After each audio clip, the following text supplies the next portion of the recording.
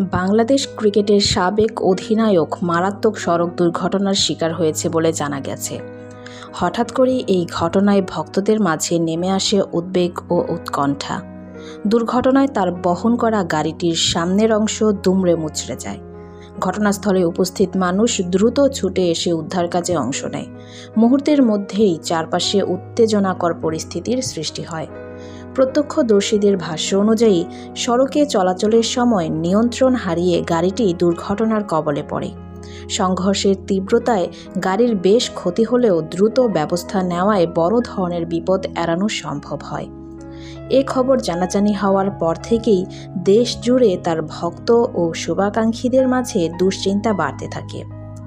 দীর্ঘ সময় ধরে বাংলাদেশ ক্রিকেটকে নেতৃত্ব দেওয়া এই তারকাকে ঘিরে মানুষের আবেগ সবসময়ই অন্যরকম।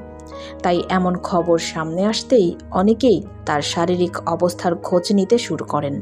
এদিকে সামাজিক মাধ্যমে অনেকেই তার মারা যাওয়ার গুজবও ছড়াতে শুরু করেন। তবে স্বস্তির বিষয় হলো, ভয়াবহ সেই দুর্ঘটনার পরও ভাগ্যক্রমে শুধু হালকা আঘাত পেয়েছেন।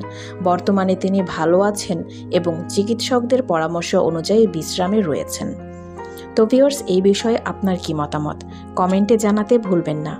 সবাই ভালো থাকবেন। ধন্যবাদ।